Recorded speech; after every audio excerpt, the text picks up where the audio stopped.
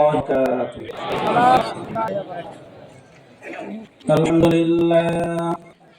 الحمد لله نحمده ونستعينه ونستغفره ونعوذ بالله من شرور أنفسنا ومن سيئات أعمالنا. من يهده الله فلا مضل له ومن يضلله فلا هادي له. ونشهد أن لا إله إلا الله وأن محمدا عبده ورسوله الذي أرسله بالحق بشيرا ونذيرا وداعيا إلى الله بإذنه وسراجا منيرا. فقد قال الله تعالى في كلامه المجيد وفرقانه الحميد: أعوذ بالله من الشيطان الرجيم. بسم الله الرحمن الرحيم. إن الله وملائكته يصلون على النبي يا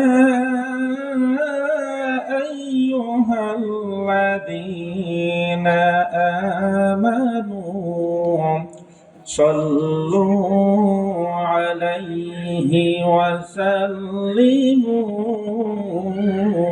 تسليما. اللهم صل على سيدنا مولانا محمد وعلى آل سيدنا مولانا محمد। আর একটু গলাটা ছেড়ে দিয়ে বিশ্বনবী সাল্লাল্লাহু আলাইহি ওয়াসাল্লামের সুপারিশ পাওয়ার আশায় আশেপাশের সকল গাছপালা তরুলতা সবাইকে সাক্ষী রেখে আমরা একটু মুহাব্বতের সাথে দরুদ শরীফ পড়ি। আল্লাহুম্মা সাল্লি আলা সাইয়্যিদিনা মাওলানা মুহাম্মদ ওয়া আলা আলি সাইয়্যিদিনা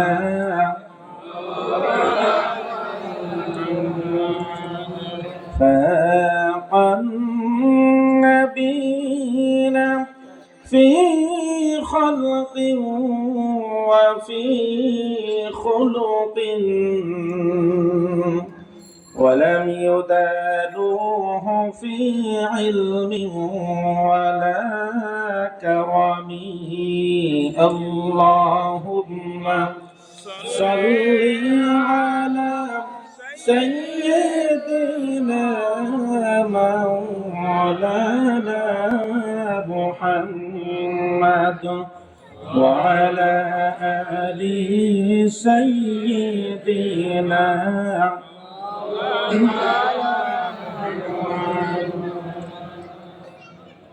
بلغ العلا بكماله كشف الدجى بجماله حسنت جميع خصاله صلوا عليه وآله.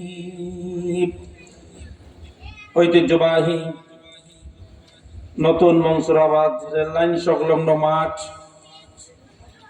এখানে আস-সুন্নাহ মডেল মাদ্রাসার উদ্যোগে আজকের এই বিশাল জান্নাতি আয়োজন, কোরআন এবং সুন্নাহর আলোচনা, এই ওয়াজ মাহফিলে সম্মানিত সভাপতি উপস্থিত আছেন, প্রিয় এই আস-সুন্নাহ মডেল মাদ্রাসার সম্মানিত প্রতিষ্ঠাতা পরিচালক, আমার অত্যন্ত প্রিয় ব্যক্তিত্ব, আমার অত্যন্ত কলিজার টুকরা ছাত্র সাবেক জনাব মাওলানা মোহাম্মদ মহিউদ্দিন গাজী। আল্লাহ তাআলা আমার এই প্রিয় কলিজার টুকরার জীবনের ভিতরে বারাকা দান করুক, সবাই বলি আমিন।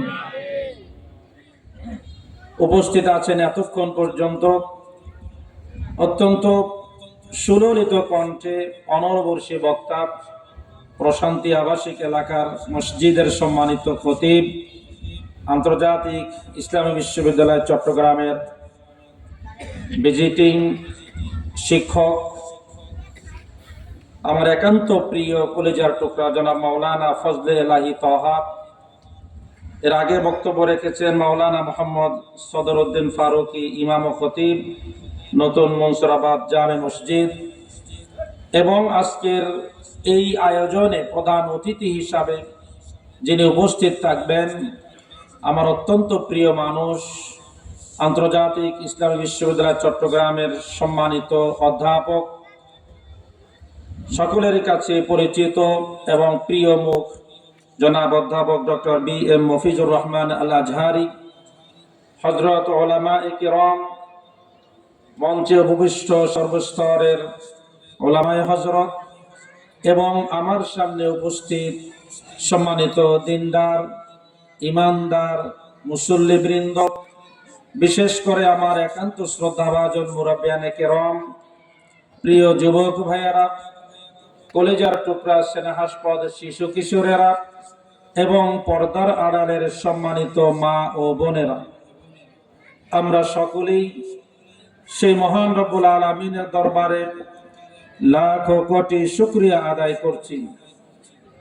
যে আল্লাহ তাআলা আমাদেরকে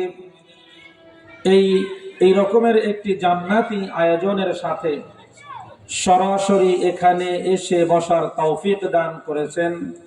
সেজন্য আল্লাহর শিখানো ভাষায় আমরা সকলেই কালেমাতুশ শুকর পড়ি আলহামদুলিল্লাহ। প্রশংসা করলাম কার? মুমিন প্রশংসা করবে কার? শুধুমাত্র মাহফিলে আসলে প্রশংসা, অন্য সময় প্রশংসা করব না, এটা কি কোনো মুমিনের কাজ হতে পারে? মুমিন সব সময় প্রশংসা করবে একজনের, সবাই চিল্লায় বলেন তিনি কে? সেজন্যই আল্লাহ রাব্বুল আলামিন সূরাতুল ফাতিহাতে প্রথম আয়াতের ভিতরে বলে দিলেন আলহামদুলিল্লাহি রাব্বিল আলামিন। আল্লাহ রাব্বুল আলামিন তার প্রিয় বান্দাদের, বিশেষ করে ইমানদারদেরকে প্রত্যেকটি মুহূর্তে দৈনিক 5 বার সালাতের ভিতরে, প্রত্যেকটা রাকাতের ভিতরে ইমানদার ব্যক্তি আমি আল্লাহ রাব্বুল আলামিনের প্রশংসা করবে। আমি আল্লাহর প্রশংসা যদি করে, আমি আল্লাহ রাব্বুল আলামিন তার জীবনের প্রত্যেকটি জায়গায়, প্রতিটি পাতায় পাতায়, পরতে পরতে আমি বারাকা দিয়ে তার জীবনটা সুন্দর করে দিব। সুবহানাল্লাহ। আমাদের জীবনটাকে সুন্দর করতে পারেন কে? আমরা মনে করি আমাদের যোগ্যতার বলে, আমাদের বিদ্যার বলে, বুদ্ধির বলে আমি সবকিছু করে ফেলি, আমি 4তলা 5তলা বিল্ডিং এর মালিক হয়েছি, এটা আমার বুদ্ধির বলে। আপনার আমার কোন বুদ্ধি দিয়ে আল্লাহ তাআলা আমাদেরকে দুনিয়ার এই সম্পদের মালিক করেন? আপনার আমার বুদ্ধি দিয়ে আল্লাহ রাব্বুল আলামিন আপনাকে আমাকে এই জায়গায় নিয়ে আসেন নাই, বরং আল্লাহ রাব্বুল আলামিনের অনুগ্রহ হয়েছে, দয়া হয়েছে, রহমত হয়েছে বলেই আল্লাহ তাআলা আমাদেরকে এই জায়গায় নিয়ে এসেছেন। এখনো পর্যন্ত আশেপাশে অনেক মানুষ হাঁটাচলা করছে, তেমন কোনো কাজ নেই, লেস ইম্পর্টেন্ট কাজ নিয়ে তারা বসে আছে, কিন্তু একটা জান্নাতি আয়োজনের সাথে সরাসরি এসে একটু কথা শুনবেন, এখান থেকে তাকওয়ার পাথেয় নিয়ে, এখান থেকে এমন কিছু কথা, এমন কিছু তালিম নিয়ে তারা বাসা বাড়িতে ফিরে যাবে, নিজ নিজ অঙ্গনে ফিরে যাবে, এ অনুযায়ী আমল করবে। দুনিয়ার জীবনটা আলোকিত হবে, আখিরাতের জীবনের সফলতা লাভ করতে পারবে। দুনিয়ার সব কিছু বুঝি, অল্প টাকায় কিভাবে অনেক বেশি ইনভেস্টমেন্ট করলে পরে কিভাবে অনেক বেশি লাভবান হবে, আউটপুট হবে, এটা ভালো মতো বুঝি। কিন্তু আখিরাতের পুঁজি কেমনে সংরক্ষণ করতে হয়, কিভাবে একটু পাথেয় সংগ্রহ করে দুনিয়ার জীবনটাকে একটু আল্লাহমুখী করা যায়, সেই চিন্তা আজকের আমাদের এই সমাজের অনেক মানুষের মাঝে নাই, অনেক ইমানদারদের মাঝে নাই। কথা ঠিক কিনা?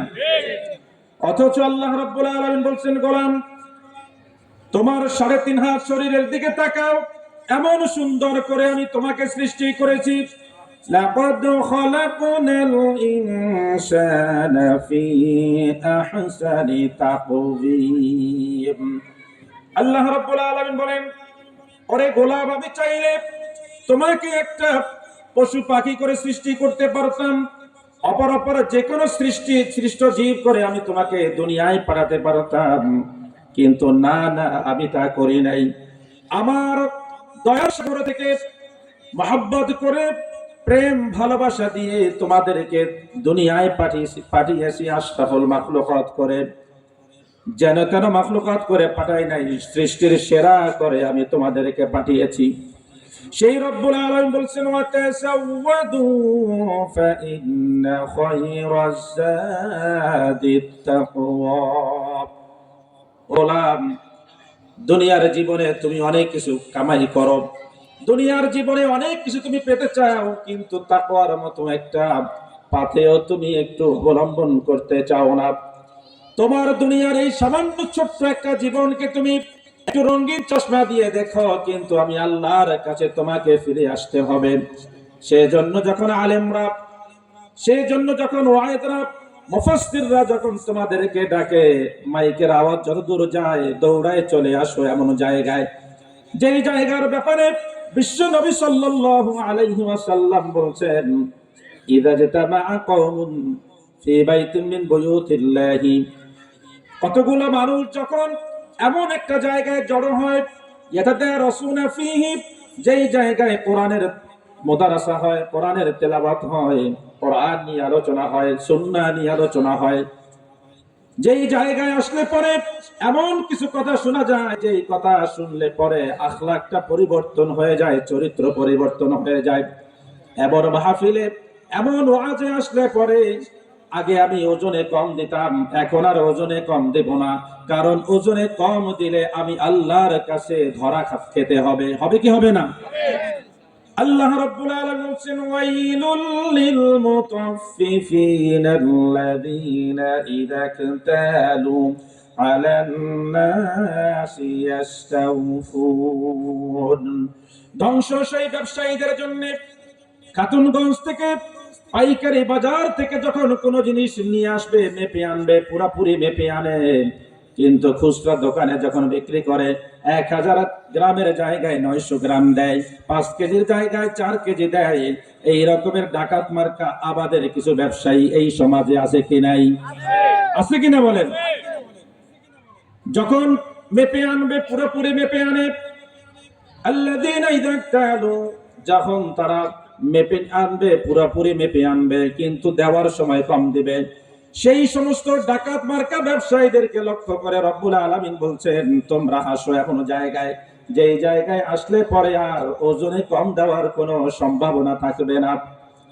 এমনই মাহফিল, যে মাহফিল গুলো থেকে এমন সুন্দর আলোচনা হয়, কোরআন এবং সুন্নাহর আলোচনা হয়, যেই জায়গায় আসলে পরে এমন কোন ওয়াইজ, এমন কোন হুজুর বলে না কেমনে আরেকজনকে কিভাবে পিস্তল ঠেকিয়ে টাকাগুলো নেওয়া যাবে, এই কথা বলে না কিভাবে আইলটা ঠেলে জমিনকে একটু বাড়াবে, এই কলা কৌশল কেউ বলে না কিভাবে ঘুষ খেয়ে, সুদ খেয়ে তুমি আরো 4 তলা 5 তলা 10 তলা বিল্ডিং এর মালিক হবে। বরং এই কাজগুলো করলে পরে দুনিয়ার জীবনে ওই যে কবর থেকে শুরু হবে তার আযাব, আলটিমেট জাহান্নামের আযাবে তাকে পড়তে হবে। সেই জন্য সতর্ক করবে, যে জায়গায় সতর্ক হবে, যে জায়গায় আসলে পরে সেই জায়গায় আজকের আমাদের অনেকেই পাওয়া যায় না। কথা ঠিক কিনা? আজকের এখানে যদি আমাদের তথাকথিত ওই যে গান, বন্ধু যখন বউ লইয়া আমার বাড়ির সামনে দিয়ে হাইটা যায়, এই রকমের গানের কোন আসর যদি এখানে বসানো হতো, চেয়ার খালি থাকা তো দূরের কথা, আশেপাশের সব জায়গাগুলো উপচে পড়া ভিড়ে পরিণত হতো। কথা ঠিক কিনা? কিন্তু আল্লাহ রাব্বুল আলামিন বলছেন, এই জায়গায় যত মানুষ আসছে, যত মানুষই আলোচনা শুনছে, কোন সমস্যা নেই। ওয়াকালিলুম মিন ইবাদিয়াশ শাকুর। আল্লাহ বলছেন, আমার শুকরিয়া আদায়কারীদের এই মানুষের সংখ্যা কম হবে। যুগে যুগে জাতের মানুষের সংখ্যা কম ছিল, এখনো কম, ভবিষ্যতেও কম হবে। সম্মানিত ভাই সব, এমনই একটি মাদ্রাসার উদ্যোগে এই মাহফিল, আস-সুন্নাহ মডেল মাদ্রাসা। এত সুন্দর নাম মাওলানা মুহিউদ্দিন গাজী দিয়েছে, আস-সুন্নাহ। যেই শব্দের সাথে আছে আবেগ জড়িত, যেই শব্দের সাথে আছে আপনার জীবনের সফলতার মানদণ্ড। আপনার আমার জীবন যদি আস-সুন্নাহ অনুযায়ী না হয়, জীবন বৃথা। কেন? যেহেতু বিশ্বনবী সাল্লাল্লাহু আলাইহি ওয়াসাল্লামের গোটা জিন্দেগি, বিশেষ করে নবুয়তের 23টি বছর, আমাদের জন্য প্রত্যেকটি জায়গায়, প্রতিটি পদক্ষেপে, প্রতিটি পরতে পরতে বিশ্বনবীর জীবনী থেকে আমাদের শিক্ষা আছে কি নাই? আছে কিনা বলেন? আজকের আমরা এক একজন এক এক রকমের আমরা ইসলামকে বুঝার চেষ্টা করি। কেউ ইসলামের আড়ালে খুব সহজ রাস্তায় জান্নাতে যাওয়ার জন্য এমন পথ খুঁজে, এমন কিছু পদ্ধতি তারা অবলম্বন করে, প্রকৃতপক্ষে এটা কোনো ইসলামের পথ হতে পারে না। ইসলাম মানেই হলো শান্তির ধর্ম। ইসলাম মানেই হলো সেটা কোনো এরকমের লাল গালিচা বিছানো কোনো পথ নয়। ইসলামের এই পথে থাকতে হলে, দ্বীন প্রতিষ্ঠার এই পথে থাকতে হলে, আল্লাহর জমিনে আল্লাহর দ্বীন প্রতিষ্ঠিত করতে গেলে সেখানে প্রতিটি পদে পদে বাধা আছে কি নাই? জোরে বলেন, আছে কি না? আল্লাহ তাআলার অনুগ্রহ যে আল্লাহ আমাদেরকে একটি সুন্দর পরিবেশ দিয়েছেন। এমন একটি সময় ছিল কোরআনকে বানানো হতো জঙ্গির কিতাব। কথা ঠিক কি না? এমন একটি সময় ছিল হাদিসের কিতাবকে বানানো হতো জঙ্গির কিতাব। কয়েকটি ইসলামী সাহিত্য এভাবে সামনে রেখে ছবি তুলে বলা হতো জিহাদি বই। আছে কি নাই? আল্লাহ রাব্বুল আলামিন বিশ্বনবী সাল্লাল্লাহু আলাইহি ওয়াসাল্লামকে এই কোরআন দিয়ে, যে কোরআন আমাদের কাছে আছে কি নাই? আছে কি না? সবার বাসায় আছে? কোরআন বাসায় আছে, কিন্তু কোরআন এর শিক্ষা আমাদের অনেকেরই বাসা বাড়িতে, অনেকের গোটা জীবনের ভিতরে। কিন্তু কোরআন যে খুব সম্মানিত, কোরআনের সাথে যে প্রতিষ্ঠানগুলো আছে সেগুলো যে সম্মানিত, এতে আমাদের আর কোনো বিশ্বাসের কোনো ঘাটতি নেই। আমি একটি উদাহরণ দিই। আমরা যারা গ্রামে বড় হয়েছি, কোরআনের উপরে একটি কাপড়, যেটাকে আমরা গিলাফ বলতাম, আছে কি নাই? এখনো অনেকের বাড়িতে সেই কোরআনের উপরে পেঁচিয়ে রাখা সেই কাপড়টি, সেই গিলাফটি আছে। আমরা কি করি? আমরা এমন মুসলমান হলাম, ওই রমাদানে 1 খতম করেছি, কেউ বলে 2 খতম করেছি। প্রত্যেক জুমাবারের রমাদানের দেখা যায় যে স্লিপ আসে, হুজুর আমার পুত্রবধূ 1 খতম, আমার মেয়ে 2 খতম, আমি 3 খতম। আছে কি নাই? কোরআন খতম দিতে দিতে নিজেরা খতম হয়ে যায়, কিন্তু কোরআনের শিক্ষা আপাদ মস্তক তাকাইলে পরে দেখা যায় যে কোরআনের শিক্ষা ওই ভদ্রলোক আজ পর্যন্ত গ্রহণ করতে পারে না। কোরআন পড়ে, কোরআন খতম দেয়, কিন্তু ঠিকই ঘুষের বাণিজ্যে 1 নম্বরে। আছে কি নাই? আমাদের সমাজে কোরআন খতম দেওয়া মানুষ যারা ঘুষ খায় অফিস আদালতে, এই রকমের কিছু মানুষ পাওয়া যাবে ভাই? পাওয়া যাবে? আবার কি চালাকি করে ঘুষ খায়। রমজানে হয়তো সরাসরি হাত দিয়ে ধরে না, ড্রয়ারটা খোলা আছে, অথবা পিএস এর সাথে দেখা করতে হবে, মানে উনি তো রোজাদার।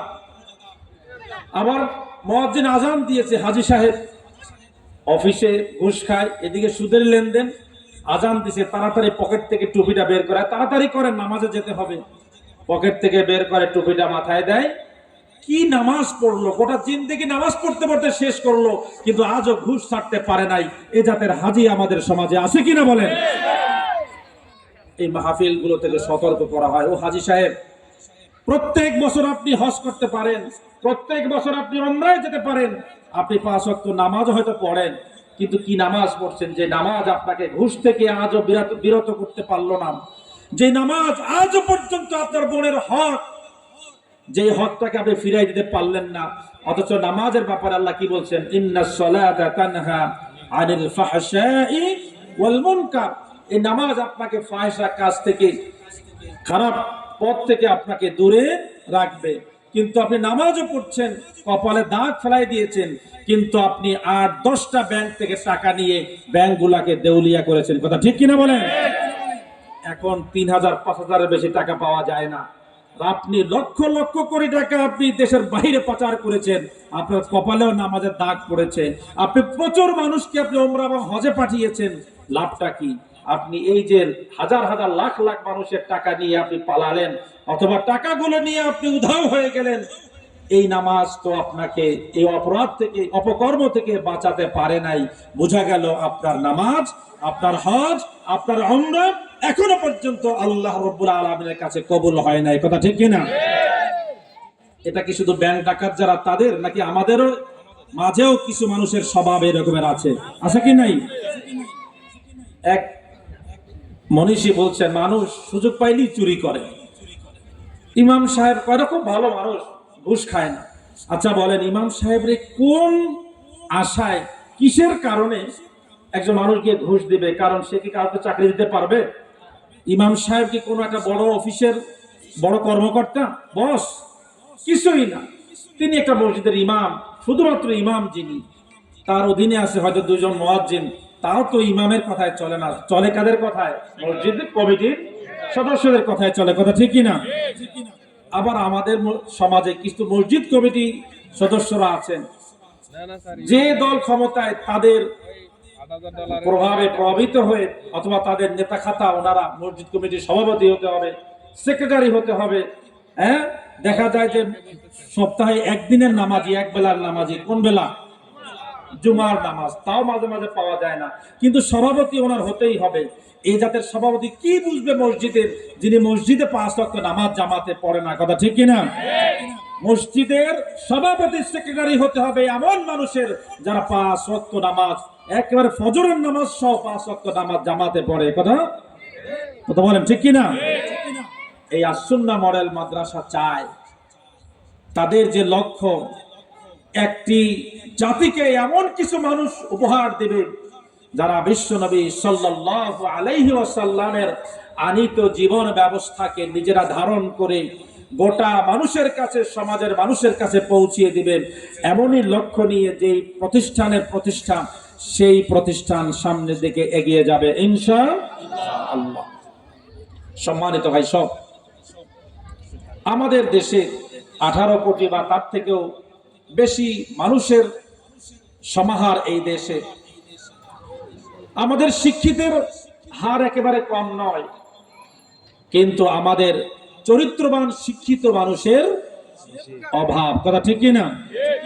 পিএইচডি ডিগ্রিধারী বহুত ইঞ্জিনিয়ার, বহুত ডাক্তার, অথবা বহুত সরকারি বড় বড় কর্মচারী এক খোঁচায়, এক সিগনেচারে লক্ষ টাকা, কোটি টাকা এদিক সেদিক করে, আছে কিনা? কিন্তু চিন্তা করে না, আমি যে হাত দিয়ে একটি সিগনেচার, উল্টা সিগনেচার দিলাম, 2 নাম্বার করলাম, এই হাত তো আমার সৃষ্টি নয়, এই হাতের স্রষ্টা কে? একদিন আল্লাহ রাব্বুল আলামিনের কাছে যেতে হবে। আল্লাহ রাব্বুল আলামিনের কাছে একদিন গিয়ে আমার জীবনের সব আমলগুলো নিয়ে যখন হাজির হব, এক এক করে জবাবদিহিতার ভিতরে আসতে হবে। তখন আমি বলবো, মালি হাদাল কিতাবি লা ইউগাদিরু সগীরাতান ওয়ালা কাবীরাতান ইল্লা আহসাহা। সেদিন আল্লাহ রাব্বুল আলামিন যখন আমাদের কাছে আমাদের আমলনামা প্রকাশ করবেন, আমাদের সামনে ধরবেন, তখন আমরা বলবো, মালে হাদাল কিতাবে, কেমন আমলনামা। 2024-এর 1 ডিসেম্বর অথবা 2024-এর 30 নভেম্বর এমন গভীর রজনীতে এমন একটি কাজ করেছি, কেউ তো ছিল না, আশেপাশে কেউ ছিল না, একান্তে নির্জনে আমি একা যে কাজটি করেছি সেটাও তো এখানে রেকর্ড হয়ে গেল, লিপিবদ্ধ হয়ে গেল। লা ইউগাদিরু সগীরাতান ওয়ালা কাবীরাতান ইল্লা আহসাহা। সব গণনার ভিতরে, কাউন্টিং এর ভিতরে এসে যাচ্ছে, ছোট বড় কিছুই বাদ যাচ্ছে না। যে হাত আল্লাহ দিলেন, যেই হাত দিয়ে ভালো কাজ করার কথা ছিল, যেই চোখ আল্লাহ দিলেন, যেই চোখ দিয়ে ভালো কিছু দেখার কথা ছিল, যেই কান আল্লাহ রাব্বুল আলামিন দিলেন, যেই কান দিয়ে এমন কিছু শোনার কথা ছিল, যা শুনলে পরে আমার ঈমান বৃদ্ধি পায়, যা দেখলে পরে চোখ দিয়ে আমার ঈমান বৃদ্ধি পায়, আল্লাহর কথা মনে পড়ে, সেদিকে আমি গেলাম না, সেদিকে আমি দেখলাম না। গাছের দিকে দেখো তাকিয়ে, কে যেন বলে সে হেলে দুলে, নদীর দিকে চোখ রাঙিয়ে, কে যেন বলে ঢেউ তোলে, সকলেই গায় তারি গুণগান, সকলেই গায় তারি গুণগান, তারি নামে করে কলরব, তারি নামে করে কলরব। ওরে মুমিনিন ভেবে দেখো, কত নিপুণ মোর রব। সম্মানিত ভাই সব, একটু গাছের দিকে তাকিয়ে দেখেন, নদীর দিকে তাকিয়ে দেখেন, আপনার হাত পা, আপনার অঙ্গ প্রত্যঙ্গের দিকে তাকিয়ে দেখেন, আপনার মনের ভিতরে নতশির বাক্যে এ কথা বলতে বাধ্য হবেন, এগুলা এমনি হয়নি, এত সুন্দর করে সৃষ্টি এমনি এমনি হয়নি, নিশ্চয়ই এর পিছনে একজন মহান স্রষ্টা আছেন, কারিগর আছেন। সবাই চিল্লায়ে বলে, তিনি কে? সেই আল্লাহ রাব্বুল আলামিন বলছেন যে, গোলাম, আমি আল্লাহ রাব্বুল আলামিন তোমাদেরকে সৃষ্টি করে এমনি এমনি পাঠাই, এমনি এমনি ছেড়ে দেই নাই। আমি তোমাদেরকে সৃষ্টি করে বঙ্গোপসাগরের ভিতরে ফেলে দেই নাই। আমি তোমাদেরকে সৃষ্টি করে এই দুনিয়ার জীবনে নিজের মত করে চলবে, তা চলবে না, তা হবে না। আমি আল্লাহ রাব্বুল আলামিন তোমাদেরকে দুনিয়ায় আশরাফুল মাখলুকাত করে সৃষ্টি করে তোমাদের কাছে এমন একটি কিতাব আমি দিয়েছি। এই কিতাব যার হাতে থাকবে তার হাতটা হবে সম্মানিত। এই কিতাব যার বুকের ভিতরে থাকবে তার বুকটা হবে সবচেয়ে বেশি সম্মানিত, সবচেয়ে দামি। এই কিতাবটা যার 3.5 হাত শরীরের ভিতরে থাকবে, সেই কিতাবের শিক্ষা যার শরীরে থাকবে তার শরীরটা হবে সবচেয়ে দামি। এই কিতাবটা যার ঘরে থাকবে, এই কিতাব অনুযায়ী যার জীবন পরিচালিত হবে, সমাজ পরিচালিত হবে, রাষ্ট্র পরিচালিত হবে। আল্লাহ রাব্বুল আলামিন ডাক দিয়ে বলছেন যে, গোলাম, এই কিতাব তোমাদেরকে সম্মানিত করবে, কারণ কিতাব এসেছে তোমাদেরকে দামি করতে, তোমাদেরকে বেদামি করার জন্য কোরআন আসে নাই, বরং তোমরা যেখানে আছো তার থেকে আরো অনেক অনেক গুণে দামি করবে যেই কিতাব, সেই কিতাবের নাম কি? সবাই বলি, আল কোরআন।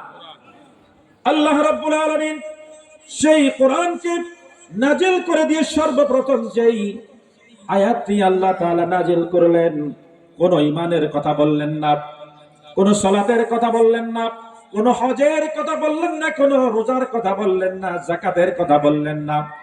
আল্লাহ তাআলা প্রথম যেই আয়াত নাজিল করলেন তা ছিল পড়ার কথা, ইকরা বিসমি রাব্বিকাল্লাযী খালাক।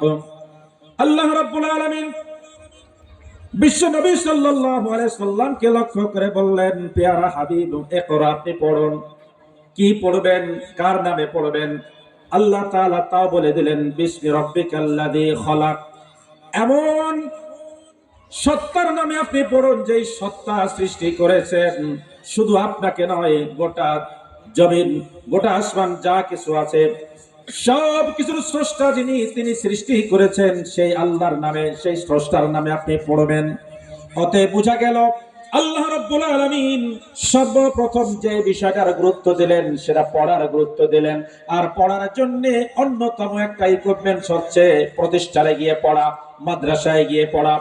আজকের গোটা বাংলাদেশের ৫৬,০০০ বর্গ মাইলের দেশের ভিতরে কত প্রতিষ্ঠান আছে, বিশেষ করে গত কয়েকটি বছর ধরে যেই সিলেবাসের আদলে আমাদের কোমলমতি সন্তানগুলোকে পড়ানো হলো, সেখানে আল্লাহর নাম নাই, সেখানে রসুলের নাম নাই, সেখানে ইমানের কথা নাই, সেখানে সত্যিকার অর্থে একটা মানুষ কেমনে আলোকিত মানুষ হবে, ইমানদার হবে, আখলাকি মানুষ হবে, সে কথা নাই।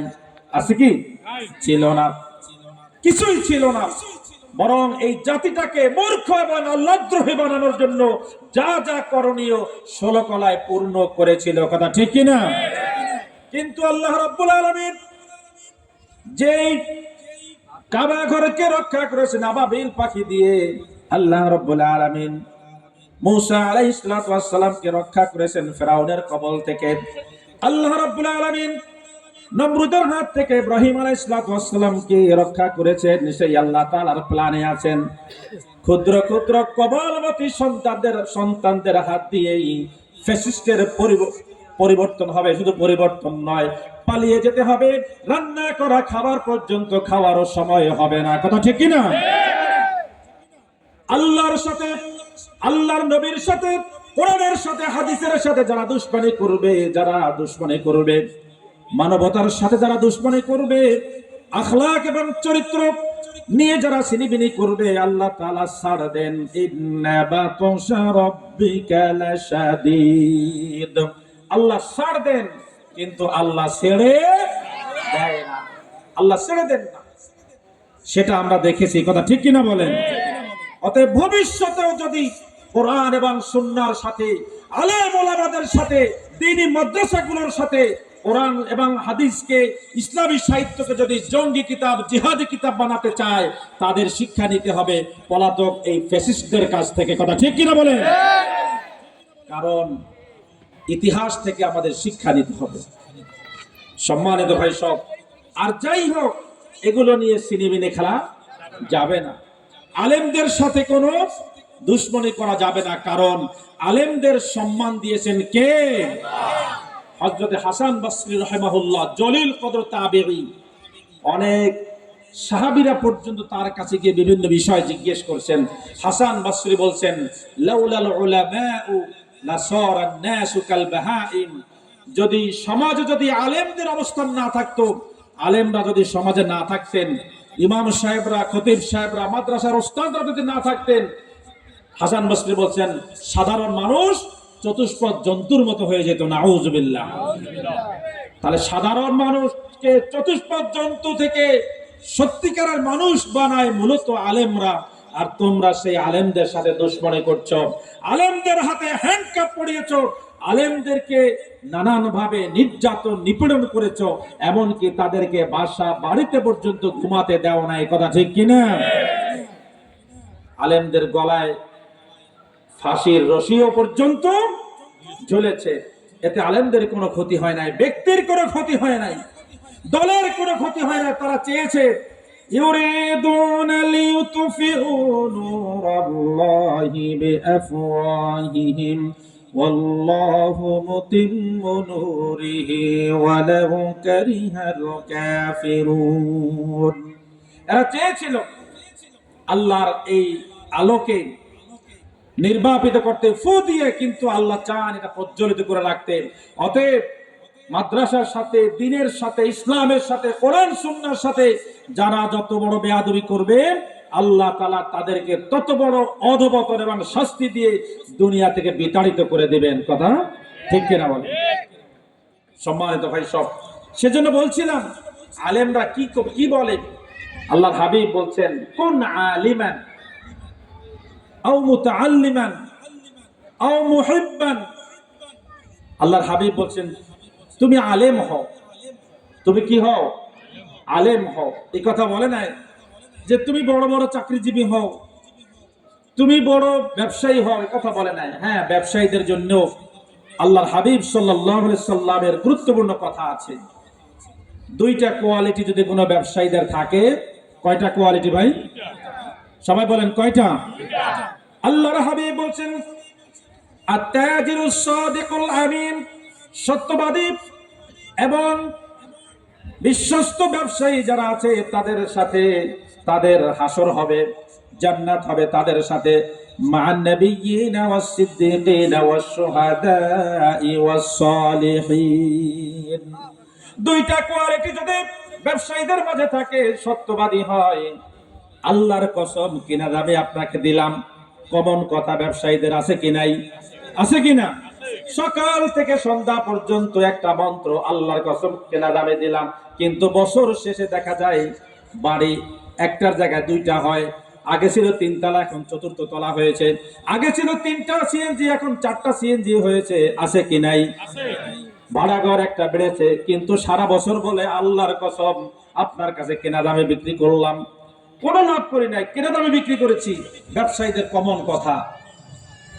এই যে অসত্য কথা আপনি বলছেন, আপনি করবেন কি? না হয় 2টা বাড়ির মালিক বেশি হলেন, আপনি না হয় 3টা সিএনজির মালিক হলেন, আরো বেশি 3টা সিএনজি আপনি করলেন, কিন্তু আপনাকে একদিন না একদিন এই দুনিয়ার মায়া ছেড়ে আরেকটা জায়গায় চলে যেতে হবে। কথা ঠিক কিনা? একদিন চলে যাব পৃথিবী ছেড়ে, চলে যাব বহু দূরে। একদিন চলে যাব পৃথিবী ছেড়ে, চলে যাব বহু দূরে। যেখানে থাকবে না স্বজন সুজন, ডাকবে না কেউ আপন সুরে। একদিন চলে যাব পৃথিবী ছেড়ে, চলে যাব বহু দূরে। প্রিয় ভাই সব, আমাদের এখানে অনেক মুসল্লি আছি যাদের বাবা দুনিয়ায় বেঁচে নেই, অনেকের মা দুনিয়ায় বেঁচে নেই। কথা ঠিক কিনা? যেই মা এবং বাবাকে আমার বাসা বাড়ি থেকে কয়েকশো গজ দূরে কবরস্থানে চিরদিনের জন্য শোয়ায়ে রেখে আসলাম, 5টা বছর চলে গেল, 10টা বছর চলে গেল, একটা যুগ 2টা যুগ চলে গেল, যে বাবাকে চিরদিনের জন্য শোয়ায়ে রেখে এসেছিলাম, বাসা থেকে বেশি দূর নয়, কিন্তু কোন দিনের জন্য, একদিনের জন্য, এক মুহূর্তের জন্য সেই বাবার সাথে মায়ের সাথে আর কথা বলতে পারি নাই। কিন্তু আমার যে আত্মীয় সৌদি আরবে থাকে, আমার যে আত্মীয় আমেরিকাতে থাকে, নিউ ইয়র্কে থাকে, অমুক জায়গায় থাকে, বিভিন্ন জায়গায় থাকে, স্কাইপের মাধ্যমে, ভিডিও কলের মাধ্যমে, হোয়াটসঅ্যাপের মাধ্যমে তার সাথে কথা বলতে পারি, কিন্তু কয়েকশো গজ দূরে যে মাকে বাবাকে চিরদিনের জন্য রেখে আসলাম, আর তাদের সাথে কথা বলতে পারি না। সেই জায়গা, যেই জায়গায় আমাদের সবাইকে চলে যেতে হবে, দুনিয়ার মায়া ছেড়ে সবাইকে চলে যেতে হবে। তাই তো আল্লাহর হাবিব বলছেন, ও ব্যবসায়ীরা, যদি সত্যবাদী হও এবং বিশ্বস্ত হও, একটু আমানতদারিতা থাকে, মালে কোনো ভেজাল দিবা না, ভালো মাল তুমি দিবা। আল্লাহর হাবিব সাল্লাল্লাহু আলাইহি ওয়াসাল্লাম একদিন মদিনার পথ দিয়ে চলছেন, একজন ব্যবসায়ী এভাবে স্তূপ করে রাখা খাবারের ভিতরে আল্লাহর হাবিব ভিতরে হাত দিলেন, দেখলেন উপরের খাবারগুলো শুকনা, ভিতরের খাবারগুলো ভিজা। ব্যবসায়ীকে বিশ্বনবী প্রশ্ন করলেন, ও ব্যবসায়ী, তোমার ভিতরের খাবারগুলো ভিজা কিন্তু উপরেরটা শুকনা, মানুষ তো মনে করবে নিচের গুলাও এভাবে শুকনা। ব্যবসায়ী জবাব দিলেন, ইয়া রাসূলুল্লাহ, ইয়া হাবিবাল্লাহ, রাত্রি বেলায় বৃষ্টি এসেছিল, উপরের গুলা শুকিয়ে গেছে, ভিতরের গুলা ভিজা আছে। বিশ্ব নবী বললেন, তুমি কেন ভিজাটা উল্টায় রাখলা না? মানুষ দেখতো খাবারটা ভিজা, এভাবে তারা কিনতো। তুমি যে এই প্রতারণার আশ্রয় নিলে, ভালোটাকে উপরে দিয়ে নিচে ভিতরে তুমি এভাবে ভিজা খাবার রাখলা, এভাবে উপরে ফিটফাট ভিতরে সদরঘাট, এ জাতের ব্যবসায়ী আমাদের মাঝে আছে কিনা? আল্লাহর হাবিব বলছেন, আত-তাজিরুস সাদিকুল আমিন, বিশ্বস্ত ব্যবসায়ী এবং একটু সত্যবাদী ব্যবসায়ী, এরা থাকবে মা'আন নাবিয়্যিনা ওয়াস সিদ্দিকিনা ওয়াস শুহাদা'i ওয়াস সালিহিন। চিন্তা করেন, নবীদের সাথে তার জান্নাত হবে, হাসর হবে, সিদ্দিকদের সাথে হাসর হবে, এত সহজ নয়। শহীদদের সাথে আমরা দেখেছি কয়েক মাস আগে কোমলমতি সন্তানদের এবং প্রায় 2000 মানুষের জীবনের বিনিময়ে আল্লাহ তাআলা বাংলাদেশের মানুষগুলাকে মুক্তি দিয়েছে, কথা ঠিক কিনা? আল্লাহ তুমি আমাদের এই পরিবেশটা আরো সুন্দর পরিবেশ হিসাবে তুমি কবুল করে নাও।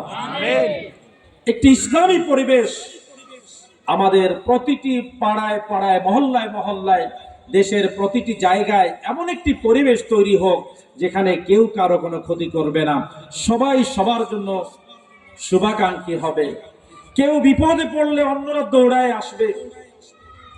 এমন একটি সুন্দর পরিবেশ, এনভায়রনমেন্ট আমরা সবাই চাই কিনা? সরে বলেন, সবাই চাই কিনা? এটা আপনার আমার মন্ত্র দিয়ে হবে না, আপনার আমার দলের ম্যানিফেস্টো দিয়ে হবে না, এটা মানব রচিত মতবাদ দিয়ে হবে না।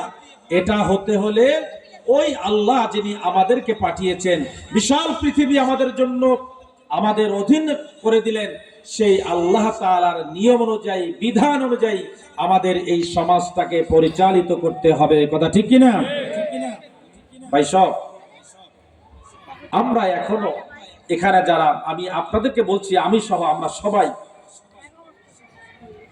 কোরআন সত্য, রসুল সত্য, হাদিস সত্য, সব সত্য বললে সব মেনে নেই, কিন্তু যখন স্বার্থে আঘাত লাগে তখন সব বাইপাস করার চেষ্টা করি। এ জাতের মানুষ আমাদের সমাজে কি পাওয়া যাবে? যাবে। স্বার্থ আমি ছাড়তে রাজি না। আমাদের দেশে একটি কথা আছে, সালিশ মানে কিন্তু উত্তর ধারে তাল গাছটা আমার। তা কি সালিশ মানলেন আপনি? কয়েক বছর আমরা দেখেছি নির্বাচনের আগে ডায়ালগ হয়, কথোপকথন হয়, আরো কি হয়, সব বলতে পারেন কিন্তু তত্ত্বাবধায়ক সরকারের কথা বলা যাবে না। আচ্ছা, শর্ত দিয়ে, কন্ডিশন দিয়ে কি কোনো ডায়ালগ হয়? ডায়ালগ মানে হচ্ছে দুই ভাই বসবেন, দুই গ্রুপ বসবেন, যুক্তি এবং তর্ক দিয়ে মোটামুটি যেটা দেশের জন্য, দশের জন্য ভালো হবে সেটাই সবাই একমত হবে, এটাই তো ডায়ালগের উদ্দেশ্য। এখন আপনি যদি বলেন বসতে পারি কিন্তু এটা হবে না, ওইটা হবে, এটা হবে না, ওইটা হবে, এটার নাম আসলে ডায়ালগ নয়। তার মানে হচ্ছে আপনার ভিতরে ইল মোটিভ আছে, আপনার ভিতরে ইল মোটিভ আছে।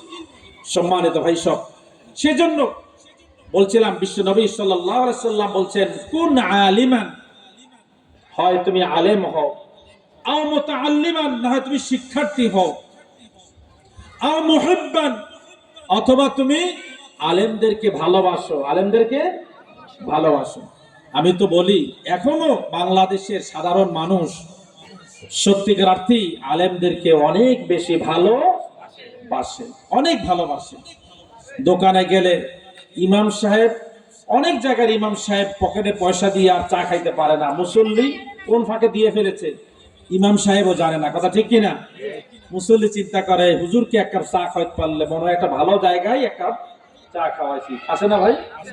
এখনো কিন্তু পর্যন্ত ইমাম সাহেব, মুয়াজ্জিন সাহেব, খতিব সাহেব, এদেরকে মানুষ খাওয়াতে পারলে, বাসায় নিয়ে যেতে পারলে, আমি তো বলি মাঝে মাঝে আবার জুমা মুসল্লিদেরকে যে আপনারা কি মানুষ, একেবারে 10-20 আইটেম রান্না করে খাওয়ান, আবার আসার সময় একটা প্যাকেটও ধরাই দেন, লাভ হয় কার? হুজুরের। তো হুজুরকে তো ভালোবেসে খাওয়াবেন, দিবেন, এটা করবেন, আলহামদুলিল্লাহ। কিন্তু হুজুর এত সম্মানিত হলেন যেই কারণে হুজুর আপনার অন্তরের ভিতরে জায়গা করে নিল, আপনি কি একটু সেই কারণ, সেই মানহাজ, সেই পদ্ধতি একটু অবলম্বন করতে পারেন না? হ্যাঁ পারি। আচ্ছা দেখেন তো হুজুরের কি আছে? হুজুরের ভিতরে আছে আল কোরআন। হুজুর কথা বলে কোরআন দিয়ে, হুজুর কোরআন তেলাওয়াত করে, কোরআনের কথা বলে, কোরআনের সমাজ প্রতিষ্ঠা করার জন্য কাজ করে। এক কাজ আপনিই করবেন, এই কাজ আপনি করেন, দেখবেন আপনিও মানুষের ভালোবাসা পাবেন, কথা ঠিক কিনা? আবার শয়তান মার্কা যেগুলো আছে এগুলার আবার গা জ্বলে, জ্বলে কি জ্বলে না? কিছু হুজুরদের আছেন, আপনি যদি এরকম দিন দুনিয়া সম্পর্কে কথা বলেন, রাজনৈতিক আলোচনা, এটা কেমন কথা? মানে মসজিদ ওটা সভাপতির কথা মতো চলতে হবে, ওটা সেক্রেটারির কথা মতো চলতে হবে, এই রকমের সভাপতি আর সেক্রেটারির কথা মতো মসজিদে আলোচনা করতে হবে, এই রকমের কিছু দায়িত্বশীল মসজিদ কমিটির লোকজন আজও আমাদের সমাজে আছে কি নাই? আমি তো বলি কথা হবে কোরআন দিয়ে, কি দিয়ে? কথা হবে আল্লাহর হাবিব সাল্লাল্লাহু আলাইহি সাল্লামের জীবনী দিয়ে। অতএব সেই কথা যদি আপনার মাথায় পড়ে, আপনার বাপের মাথায় পড়ে, অথবা আমার বাপের মাথায় পড়ে, যা যায় আসে না, কোরআন এবং সুন্নাহ দিয়ে কথা হবে। কারণ বাপের কথা বলার জন্য কোন আলেম মসজিদের মেম্বারে দাঁড়ায় না, কথা ঠিক কিনা? আলেম কথা বলবে কোরআন এবং সুন্নাহ দিয়ে, এবং সেগুলো শিখবে কোথায়? আর সুন্নাহ মডেল মাদ্রাসার মতো, যেই মাদ্রাসাগুলোতে সত্যিকারের দিন শেখানো হয়। আমাদের কিছু মাদ্রাসা আছে যেখানে এই রকমের দিন দুনিয়া সম্পর্কে হবে না, শুধু দিন শিখায়। মরার পরে কি হবে শুধু ওই মাটির তলের খবর শিখায়, মাটির উপরের খবর শিখায় না। এটা আসমানের উপরে আর জমিনের নিচে, কিন্তু মাঝখানে আর কি?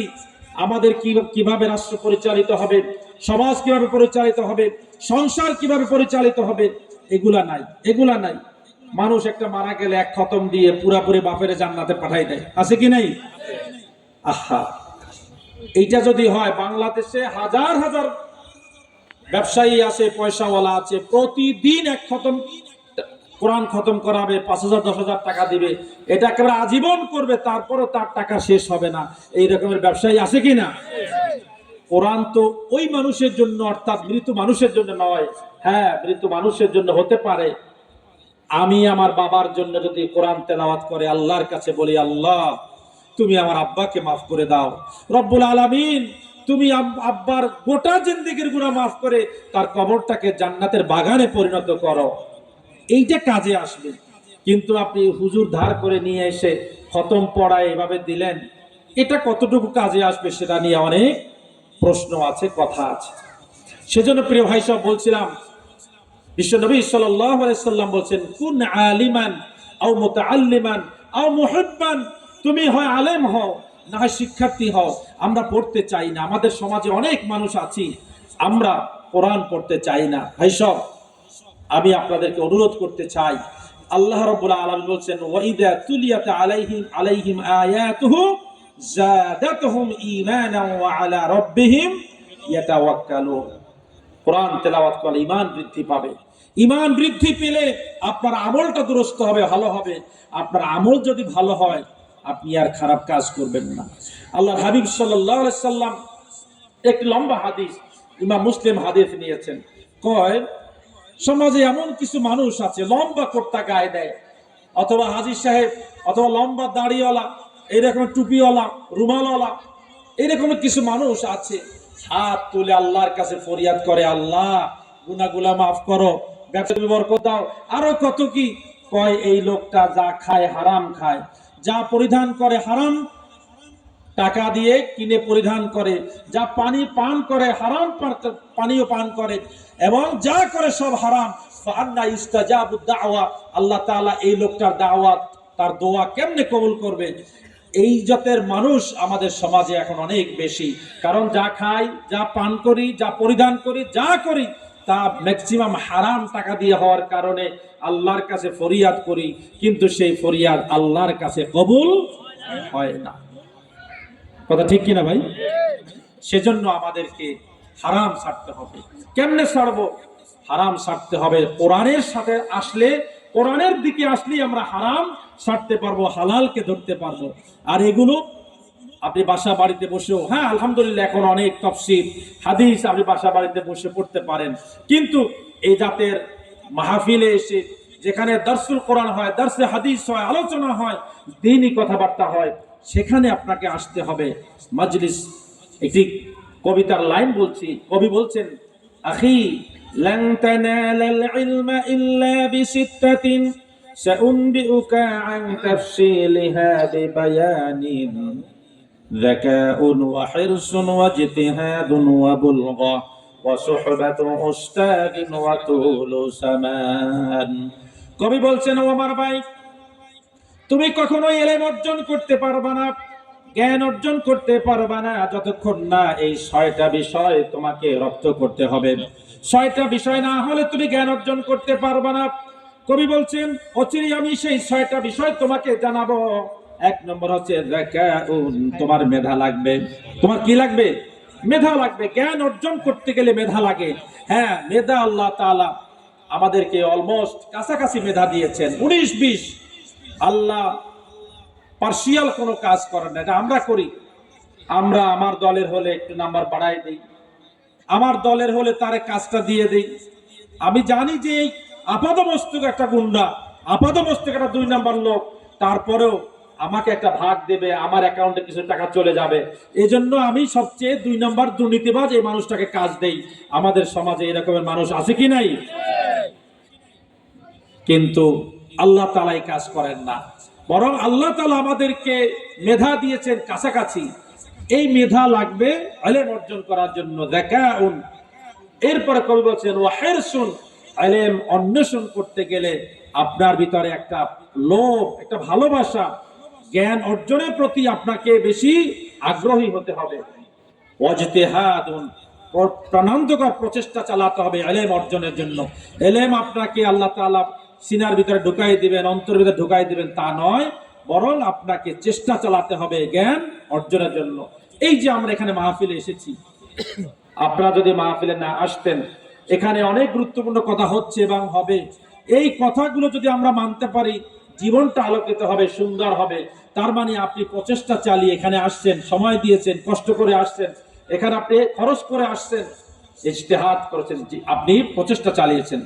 ওয়াবুলগা, এবং ইলম অন্বেষণ করার জন্য আপনি প্রয়োজনীয় অর্থ খরচ করেছেন। আমরা আমাদের সন্তানদেরকে পড়াই, ভালো প্রতিষ্ঠানে পড়াই, সেখানে মাসিক বেতন দেই, বাৎসরিক একটা ফি আছে, বই কিতাব কিনে দিতে হয়, খাতা কিনতে হয়, আরো কত কিছু করতে হয়, হয় কি হয় না? বলবা। এরপরে কবি বলছেন ওয়াসহবাতু উস্তাদিন, উস্তাদদের সোহবত লাগবে, ভালো শিক্ষকের সোহবত লাগবে। ওয়াতুলু জামানিন, এবং আপনাকে কন্টিনিউ এই পেসের ভিতর দিয়ে আপনাকে পড়াশোনা করতে হবে। তার মানে হচ্ছে আপনি একদিন সারা রাত জেগে পড়লেন আর 3 দিনে পড়ালেখার কোনো খবর নাই, এটার নাম আসলে পড়াশোনা নয়। সম্মানিত ভাই সব, সেজন্য বলছিলাম রাসূল সাল্লাল্লাহু আলাইহি সাল্লাম যে কত চমৎকার কথা বলছেন, হয় তুমি আলেম হও, না হয় শিক্ষার্থী হও। জীবনের শেষ মুহূর্ত পর্যন্ত আমাদেরকে কোরআনের শিক্ষার্থী, হাদিসের শিক্ষার্থী হওয়া লাগবে। কথা ঠিক কি না? পারবো, হতে পারবো?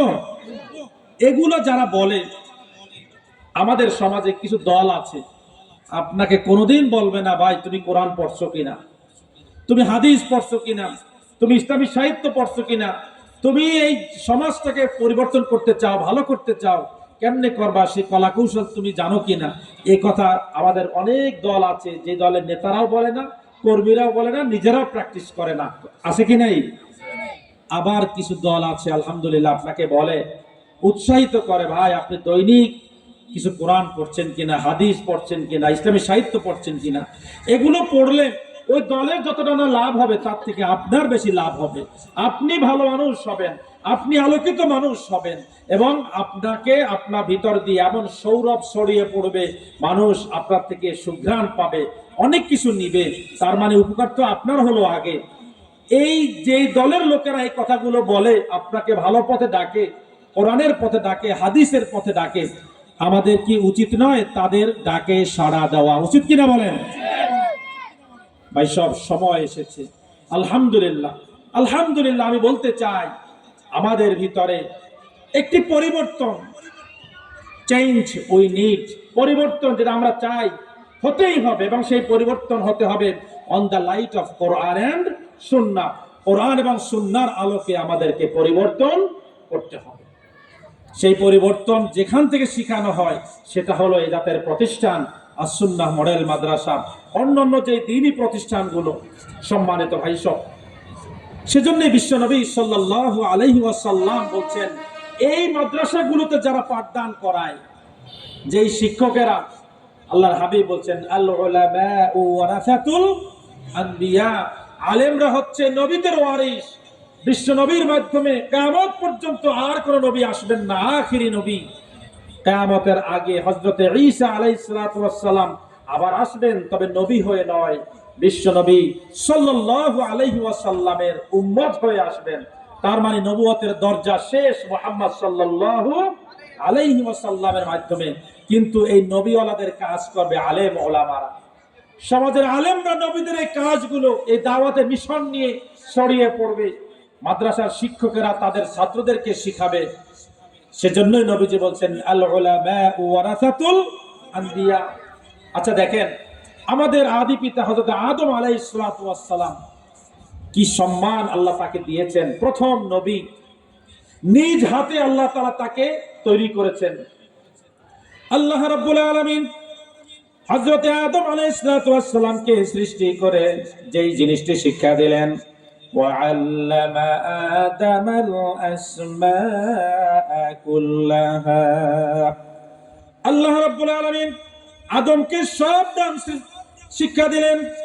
যত নাম আছে পৃথিবীতে, তার মানে যত জ্ঞান ও বিজ্ঞান আছে, যা কিছু আছে, রব্বুল আলামিন তার এই হাতে বানানো এই বান্দাটাকে প্রিয় নবী এবং আদি পিতা হযরত আদম আলাইহিস সালামকে আল্লাহ তাআলা সব শিক্ষা দিলেন, সব শিক্ষা দিলেন। তার মানে শিক্ষার কত গুরুত্ব আল্লাহ তাআলা দিলে পরে নবীকে যেটা শিক্ষা দিলেন, সব কিছু শিক্ষা দিলেন, সব নাম শিক্ষা দিলেন। এতই গুরুত্বপূর্ণ, সেই গুরুত্বপূর্ণ কাজটি করেন আলেমরা। সেই আলেমদের ব্যাপারে আল্লাহ বলছেন, ইন্নামা ইয়াখশাল্লাহা মিন ইবাদিহিল উলামা। আল্লাহ তাআলাকে সবচেয়ে বেশি ভয় করেন যারা, তারা হচ্ছেন আলেম ওলামারা। কারা ভাই? আলেম ওলামারা। সেজন্য দেখবেন সমাজের ভিতরে অপরাধের মাত্রা আলেম ওলামাদের কাছ থেকে অনেক কম হয়। তার কারণ কি? কারণ একটি অপরাধ যখন একজন আলেম করেন, করার সময় 14 বার ভাবেন আমি যে কাজটি করছি আদৌ করা ঠিক হচ্ছে কিনা। আবার অনেক সময় তিনি চিন্তা করেন আমি তো মসজিদে গত জুমাবারে এই কথা বলে এসেছিলাম, তা এর বিরুদ্ধে তাহলে আমি কেমনে আজকের এই কাজটি করি। আলেমের মনের ভিতরে দাগ কাটে, ধাক্কা মারে। তার কারণ তিনি আল্লাহকে ভয় করেন। কাকে ভয় করেন? তাহলে আমাদের সন্তানগুলোকে একটু আলেম বানানো দরকার আছে কি নাই? আমাদের কোমলমতি সন্তানগুলোকে, সম্মানিত ভাই সব, যেহেতু একটি দ্বীনি প্রতিষ্ঠানের উদ্যোগে মাহফিল, আমি ঘুরায় ফিরায় কিন্তু আপনাদেরকে বোঝাতে চাচ্ছি দ্বীনি শিক্ষার গুরুত্ব এবং তাৎপর্য কত বেশি। একজন আলেম, যে আলেমের মর্যাদা দিয়েছেন স্বয়ং রাসূল আরবি সাল্লাল্লাহু আলাইহি ওয়াসাল্লাম। রাসূল সাল্লাল্লাহু আলাইহি ওয়াসাল্লাম বলছেন যে মানুষের খাবারের প্রয়োজন। মানুষের কিসের প্রয়োজন? খাবারের প্রয়োজন।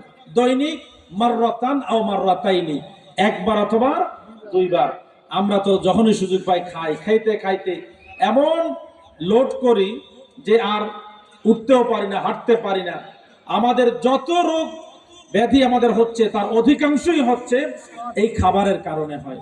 অতি ভোজনে অথবা ভেজাল খাবার। আমরা সুন্নাহ মেনে খাই না, সুন্নাহ মেনে আমরা খাই না। রাসূল বলছেন যে বনি আদমের জন্য কয়েকটা লোকমাই যথেষ্ট, কয়েকটা লোকমাই যথেষ্ট। যদি বেশি খেতে চায় ফাসুলুসুন লিতাআমিহি ওয়া সুলুসুন লিশারাবিহি ওয়া সুলুসুন লিনাফসিহি। বেশি খেতে চাইলে পেটের 3 ভাগের 1 ভাগ খাবে, আর 1 ভাগ পানি দিয়ে ভর্তি করবে, এবং আর 1 ভাগ শ্বাস নিঃশ্বাস নেওয়ার জন্য খালি রাখবে। আমাদের হুজুররা আজকাল অনেক জায়গায় দেখি ওয়াজ শুরু করে খাবারের, পেটকে 3 ভাগ করতে হবে। আরে ভাই, এটা তো বেশি খাইলে 3 ভাগ। এর আগে তো বলছে বনি আদমের কয়েকটা লোকমাই যথেষ্ট, কয়েকটা লোকমাই যথেষ্ট। লোকমা তো দূরের কথা, আঙ্গুল দিয়ে দেখে খাবার এই পর্যন্ত আসছে কিনা। এমন খাবার খায় যে কোনো মতে খেয়ে যে 5 কদম হাঁটবে, হাঁটতেও পারে না, কোনো মতে উঠে খাটে শুয়ে পড়ে। আছে কি নাই? আচ্ছা প্রিয় ভাই সব, সেজন্য আমাদেরকে এগুলো সব আমরা বুঝতে পারবো যদি নিজেরা আলেম হই। আমার সন্তানকে যদি আলেম করতে পারি, আমার আত্মীয় স্বজনকে যদি আলেম করতে পারি, কারণ এই আলেমরাই সবচেয়ে বেশি আল্লাহ সুবহানাহু ওয়া তাআলাকে ভয় করে থাকেন। ওই যে বলছিলাম যে আলেমরা যেহেতু আল্লাহকে বেশি ভয় করেন, সেজন্য আলেমরা তুলনামূলকভাবে অপরাধ অন্যদের থেকে অনেক অনেক কম করেন। আমি বলছি না যে আলেমরা একেবারে অপরাধ করেন না, মানুষ হিসাবে অনেক ভুল ত্রুটি অপরাধ হয়ে যেতে পারে। চলতি পথে যা দেখার কথা নয় তা দেখে ফেলেছি, আপনি, এটা আমাদের চলার পথে হয়ে যায়। অথবা রাস্তা দিয়ে হাঁটছেন, এমন গান বাজতেছে একটু ভালো লাগতেছে, হাঁটাটা একটু স্লো করে দিয়েছে, হতে পারে আলেমও হতে পারে, হতে পারে না ভাই? পারে। কিন্তু আলেম আবার একটু পরে চিন্তা করে, আরে আমার এই কান দিয়ে তো এই এমন গান, যে গানের ভিতরে আমি তুমি আছে, যে গানের ভিতরে আল্লাহ আল্লাহ রসুল নাই, দিন নাই, ইসলাম নাই, দেশ নাই, সেই গান তো আমার শোনা ঠিক হয় নাই। আলেম কিন্তু একটু পরে আল্লাহর কাছে বলবে, আল্লাহ আমি তো অপরাধ করে ফেলেছি, তোমার দেওয়া কান দিয়ে এমন গান শুনেছি, ভালো লাগছে, আল্লাহ তুমি মাফ করে দাও। কিন্তু একজন সাধারণ মানুষ, সে ওইটা শুনবে আর দাঁড়িয়ে থাকবে, চা খাবে, এই করবে সে করবে। আমাদের এক সময় ছিল চায়ের দোকানে একটা টেলিভিশন ছিল, কি ছিল না? এখন তো টেলিভিশন ঘরে ঘরে, আর প্রত্যেকের হাতে হাতে টেলিভিশন, মানে কি মোবাইল। এখন আর চায়ের দোকানে গিয়ে ওখানে টেলিভিশন কেউ দেখে না, এই সময় নষ্ট করার সময় আমাদের নাই। কিন্তু আজ থেকে 20 বছর 30 বছর আগে চট্টগ্রামের বিভিন্ন ছোট ছোট হোটেলে কিন্তু কি ছিল? টেলিভিশন, টেলিভিশন ছিল। আপনি গান দেখেন, নাটক দেখেন, সিনেমা দেখেন, আর দোকানদারও মাশাআল্লাহ, আপনি কিছুক্ষণ বসবেন, চা না খাইলে, পুরি না খাইলে, পেঁয়াজও না খাইলে আপনার সিগন্যাল দেয়, ভাই কাস্টমার আসতেছে, তাহলে একটু উঠলে ভালো হয়। কারণ আপনি খাচ্ছেন না, সে টের পাইছে যে আপনি খাচ্ছেন না। প্রিয় ভাই সব, এজন্য যে আলেমের ব্যাপারে আল্লাহ তাআলা বলছেন, ইন্নামা ইয়াখশাল্লাহা মিন ইবাদিহিল উলামা, যে আলেমরাই সবচেয়ে আল্লাহ রাব্বুল আলামিনকে ভয় করেন, সেই আলেম। এখন আমরা যারা এখানে যারা আমরা আছি, আপনারা বলবেন যে হুজুর আমি তো মাদ্রাসায় যাওয়ার বয়স পার হয়ে আসছি, আমার চাচাজি বলবেন আমার তো দাড়ি পেকেছে, অথবা আমি বলবো আমারও শুরু হয়েছে, মিস কল শুরু হয়েছে মালাকুল মউতের কাছ থেকে, তাহলে আমি এখন বা আমরা এখন কিভাবে প্রাতিষ্ঠানিক এই জ্ঞানগুলো আমরা শিখবো? হ্যাঁ, আপনিও শিখতে পারবেন। আল্লাহ তাআলা এমন সুযোগ দিয়েছেন, আপনি একজন আলেমের কাছে যান, একজন ইমামের কাছে যান, মুয়াজ্জিন সাহেবের কাছে যান। আপনি দুনিয়ার সব কিছু খরচ করতে পারেন দুনিয়ার উন্নতির জন্য, কিন্তু আপনার আখিরাতের উন্নতির জন্য, আপনার জীবনটা উন্নতি হবে, চরিত্রের উন্নতি হবে, সেজন্য আপনি 500-1000 টাকা খরচ করতে পারবেন না, এটা হতেই পারে না। আপনি ইমাম সাহেবের কাছে যান, মাসে 2000 টাকা দেন, যত বুড়ো হন বলেন হুজুর 8 টাকা দিতে পারতেছি না, 2000 টাকা যা পারছি আমাকে একটু আপনি দিন শিখান, কোরআন শিখান, হাদিস শিখান। আমার তো মনে হয় দরদ নিয়ে একজন ইমামের কাছে যান, টাকা না থাকলেও ইমাম সাহেব আপনাকে ফ্রি শিখাবে, কথা ঠিক কিনা? ইমাম সাহেবদের কাছে, হুজুরদের কাছে সব ফ্রি পাওয়া যায়। দেখা হলে হুজুরের দোয়া করে, একটু দোয়া করি, কত ফ্রি দোয়া যে করলাম, আছে না? হুজুররা কি সবসময় দোয়ার পয়সা নেন? 5 ঘন্টা সময় নষ্ট করার পরে হয়তো 1000 টাকা, অথবা 3 ঘন্টা পরে 500 টাকা, 1000 টাকা দেন, এরপরে দোয়া তো আসি ফ্রি। কিন্তু আপনি ডাক্তারের কাছে যান, 10 মিনিট দেখাবেন, 1000 টাকা ভিজিট দিয়ে আসবেন, আবার আসার সময় thank you sir, thank you, thank you 3 বার বলবেন, আর টাকা দিবেন 1000, সময় 10 মিনিট। এরপরে ডাক্তার মহাশয় কিন্তু আপনাকে আবার 14টা টেস্ট দিয়ে দিচ্ছেন, ডাক্তার কিন্তু 35% ওখান থেকেও আবার তার অ্যাকাউন্টে চলে যাচ্ছে। কোন ডাক্তার ক্লিক মারছে, হ্যাঁ ঠিক আছে, লাইন ক্লিয়ার। তাহলে আপনার এখান থেকেও কিন্তু আর 2000 টাকা পেয়ে গেল। আর ফ্রিতে হুজুরের দোয়া, 4 পয়সাও দেন।